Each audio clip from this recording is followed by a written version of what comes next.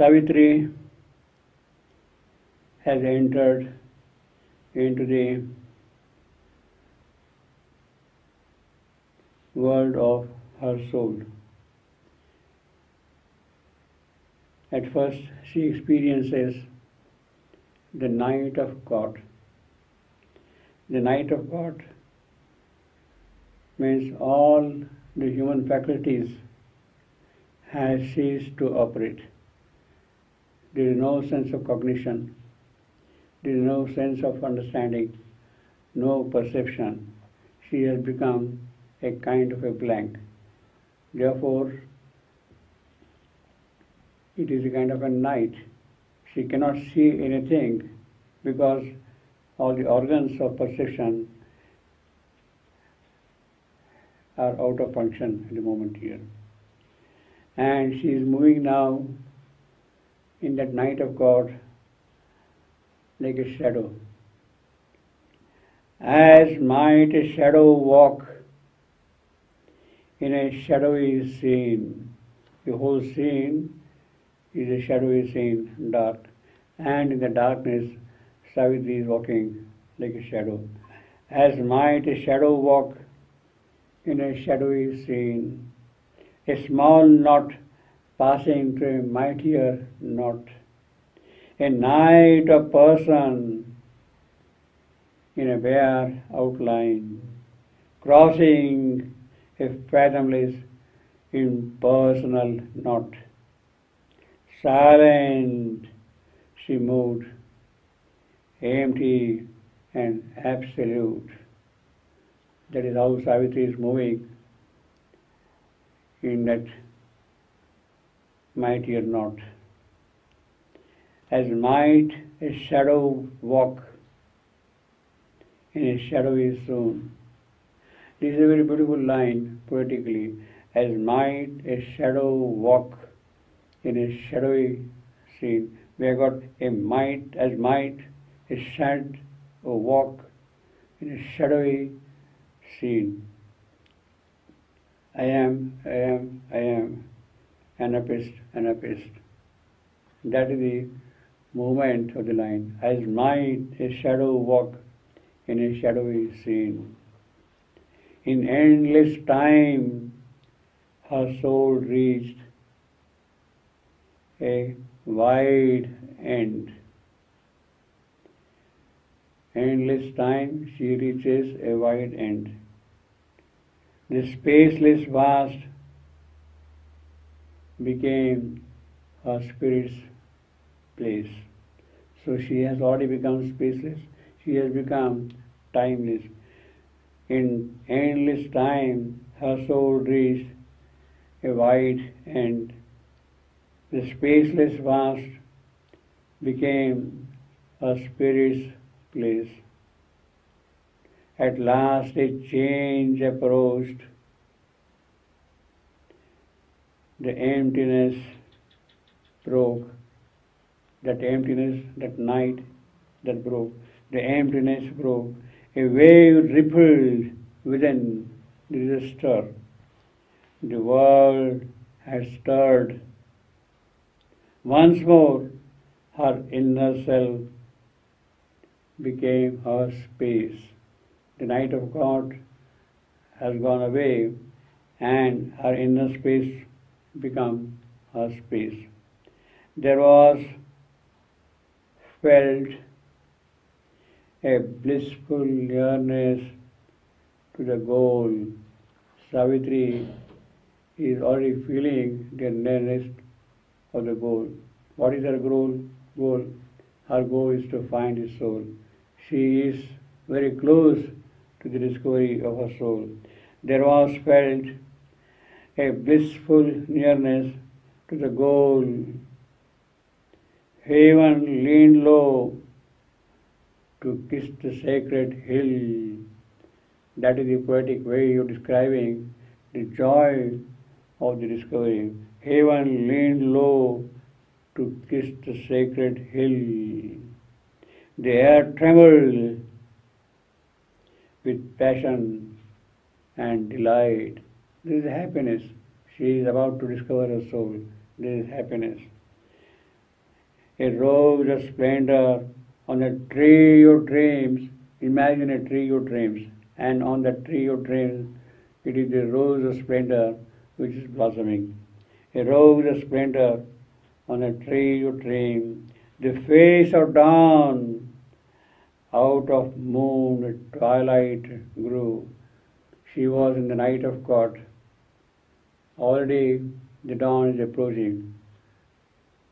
There is the early moon there in the twilight, and it is in that twilight she sees the face of dawn.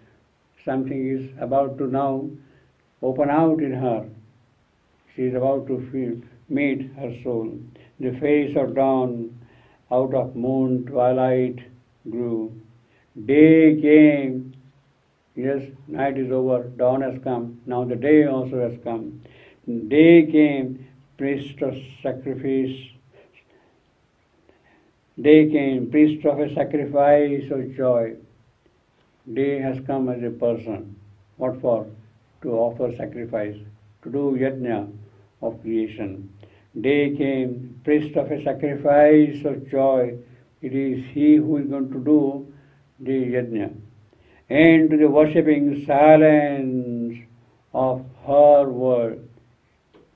He has already arrived to carry out this yajna.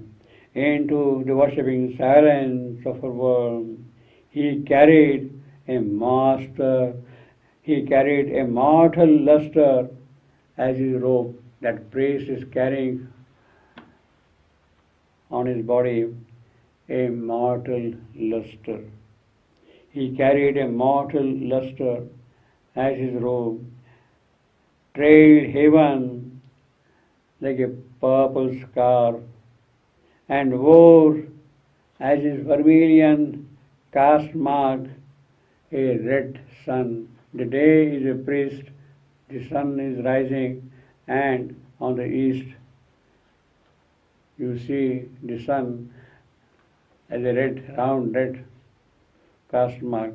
He is the priest. He has got that auspicious sign on his forehead now.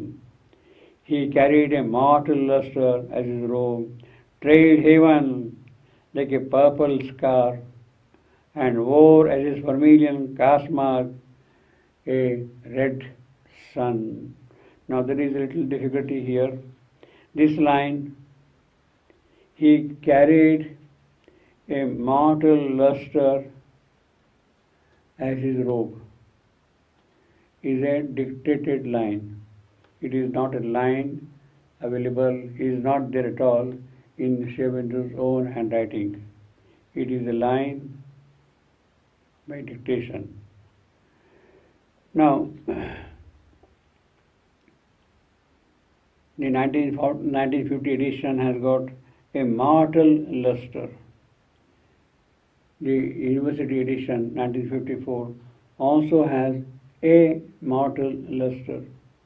But all the subsequent editions of Savitri has got, he carried an immortal luster. It is not immortal, an immortal luster. He carried an immortal luster as his robe. It is exactly the opposite. Instead of a mortal, it has become an immortal luster. Now, it is argued very cleverly that perhaps the immortal luster, an immortal, was misheard by the scribe, by Nirodhanan. What might have been dictated is, he carried an immortal luster, an immortal luster. He caught only in the nature of a mortal luster. The way the word is pronounced, he heard it like, or rather he took it down as a mortal luster. But it is possible, it is in fact argued that what Shivendu would have dictated is an immortal luster. Now this is a point, this is a issue which cannot be resolved at all. No amount of arguments can settle the issue. whether it is a mortal luster or an immortal luster. But there is one thing which is important. The 1954 edition, the university edition, has a mortal luster, and it is that text which the mother had read, and she reads it a mortal luster. She reads it as a mortal luster. In fact, that should settle the issue completely. There is no question of going back to, and there is no question of proposing an immortal luster. She has read it as a mortal luster, and one should go entirely by that. Now, he carried a mortal luster is a perfectly valid phrase. It makes true sense also. He is carrying a robe which is a mortal luster. He has come down into this world of this creation, and the robe which he is wearing is the robe of mortality. This priest, he has got this vermilion mark on his forehead. He is wearing a purple scarf. That is the robe. He is wearing a purple scarf, and he is coming here. He has come into this mortal creation, and therefore it makes perfect sense to have he carried a mortal luster. In fact, an immortal luster, to a certain extent, looks somewhat artificial, as if an old remembered dream come true. This priest has come, as if some dream has become actual. She recognized in her prophetic mind, Savitri in her foreseeing mind, in her prophetic mind, at once recognizes the imperishable luster of the sky. She is approaching her soul, and she recognizes the luster which does not fade, which does not become dim. The imperishable luster of the sky, the tremulous sweetness of that happy air, and covered from mind's view and life's approach, the mystic cavern in the sacred hill, and knew the dwelling of her secret soul. The mystic cavern, Hridaya Guha, cavern, cave. In that Guha, she discerns the presence of her soul.